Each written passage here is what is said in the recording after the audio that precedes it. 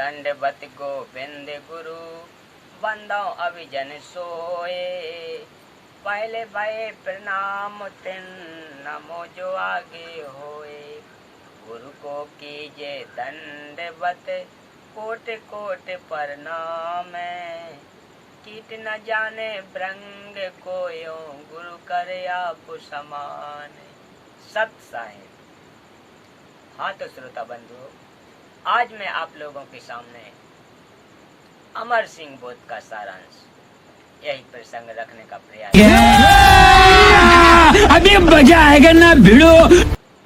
परमेश्वर कबीर जी ने धर्मदास जी को बताया कि एक अमर सिंह नाम का सिंगल द्वीप का राजा था।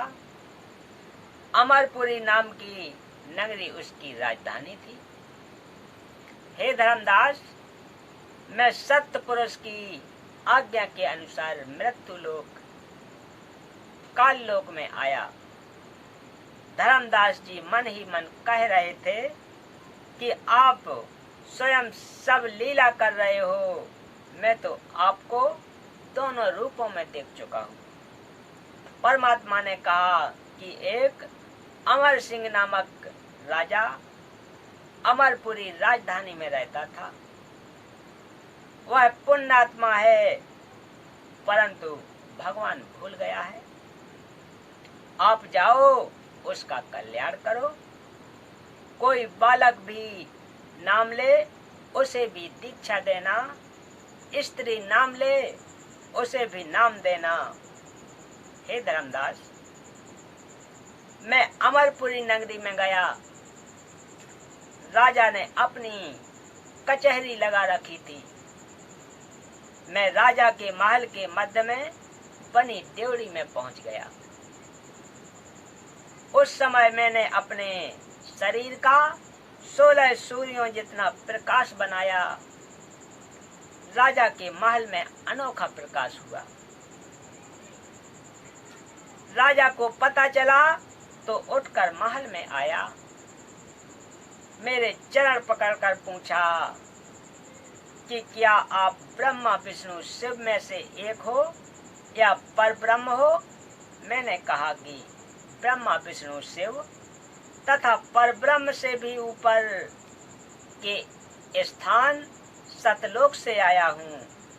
राजा को विश्वास नहीं हुआ तथा मजाक समझा। मैं अंतर ध्यान हो गया। राजा रो रो कर कहने लगा कि किस कारण आप आए थे,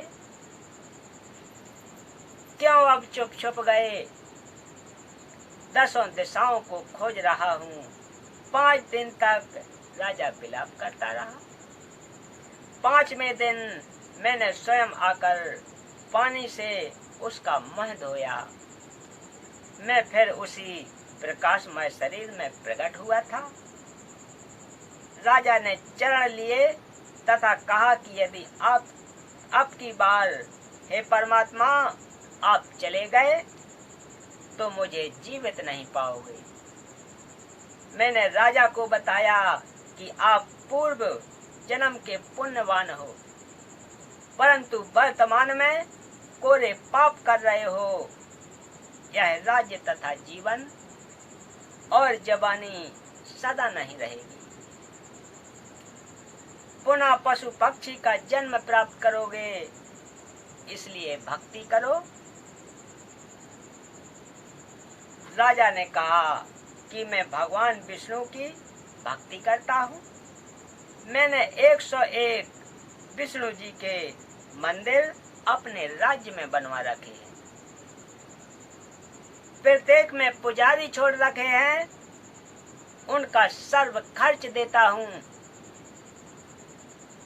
पुराणों के आधार से गाय के सींगों पर सोना चढ़ाकर, पीतांबर उड़ाकर दूध वाली गाय ब्राह्मणों को देता हूँ। मैंने कहा कि यह मोक्ष मार्ग नहीं है। इस साधना से कर्म का भोग मिलेगा। पाप भी भोगोगे, पुण्य भी मिलेंगे। विष्णु तेरे पाप क्षमा नहीं कर सकता। मैं एक नाम दूंगा जिसके जाप से सर्व पाप नाश हो जाएंगे। स्वर्ग से असंख्य गुना सुखमय लोक प्राप्त होगा।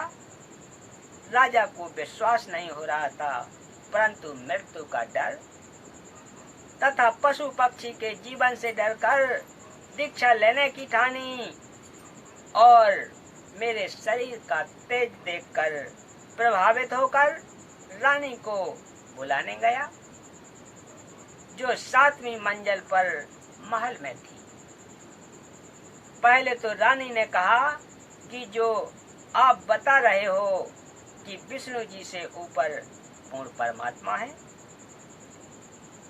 अधिक सुखदायी लोक है, यह झूठ हो और लोग हंसाई हो गए। राजा ने कहा कि ऐसा संत नहीं देखा, आप स्वयं चलकर देखो। रानी मान गई। उसकी पत्नी का नाम स्वरकला था। वह इतनी रूपवान सुंदर थी कि जिस समय मेरे चरण छूने के लिए राजा के साथ मैदान में आई, रानी के साथ 7 सहेलियां भी आईं। वहां चारों ओर राजा के योद्धा, मंत्री, महामंत्री, राज दरबारी खड़े हुए और आश्चर्य किया कि रानी कभी नीचे नहीं आई थी, क्या कारण है आज आई है। जब रानी ने अपने मुख से आधा पर्दा हटाया तो चेहरे की शोभा ऐसी थी जैसे दूसरा सूर्य पृथ्वी पर उतर आया हो। रानी का पहली बार मुख देखकर राजा के नौकरों ने कहा कि रानी नहीं है, देवी है। पाठकों से निवेदन है कि राजा की पदवी, सुंदर रूप, स्वस्थ शरीर, धन धान से परिपूर्णता, अच्छे नौकर, मंत्री आदि जीव को सौभाग्य से मिलते हैं। सौभाग्य कैसे बना, दुर्भाग्य कैसे बना, कब बना, ये प्रश्न आध्यात्म ज्ञान से हल होते हैं। जन्म जन्मांतर में किए पुण्यों का अधिक संग्रह हो जाता है, तब उपरोक्त वस्तु तथा मानव तन प्राप्त होते हैं। वे पूर्व जन्म के परमात्मा के भक्त होते हैं। सत्संग के अभाव से वर्तमान में भक्ति न करके केवल पूर्व जन्म के शुभ कर्मों को ही खर्च कर रहे होते हैं। ऐसे पुण्यात्माओं को परमेश्वर पुनः मार्गदर्शन करने के लिए, भक्ति भाव जगाने के लिए कोई युक्ति बनाते हैं।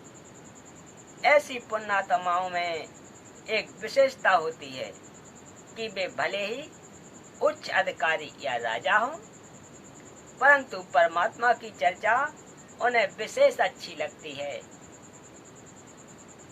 परमेश्वर कबीर जी ने राजा अमर सिंह को उसी प्रकार शरण में लिया जैसे धर्मदास को शरण में लेने की लीला की थी।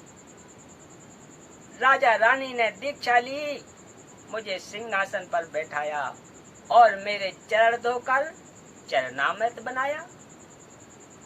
राजा ने पानी की झारी मटका लिया। राजा ने मेरे चरणों पर पानी डाला। रानी ने चरण धोए, फिर रानी ने अंगोछे से चरण पोंछे। ऐसी भाव भक्ति उन्होंने की। फिर खाना तैयार करके मुझे तथा राजा को एक साथ 2 थालियों में भोजन लगाया। मैं तथा राजा अपनी अपनी थाली में खाना खाने लगे। परमेश्वर कबीर कहते हैं, रानी स्वयं भोजन परोस रही थी। मेरी थाली पृथ्वी से कुछ ऊपर उठी, जिससे मुझे खाने में सुविधा रहे। रानी ने यह देखा तो राजा को बताया। फिर तो सर्व सेवक आ गए। सर्व को विश्वास हुआ कि यह कोई सिद्ध आत्मा है, सामान्य व्यक्ति नहीं है। सब उपस्थित नर नारियों ने प्रसाद मांगा। मैंने उपस्थित सर्वजनों को प्रसाद दिया, जिससे सबके मन में भक्ति भावना तीव्र हो गई। राजा रानी तथा अन्य ने दीक्षा ली।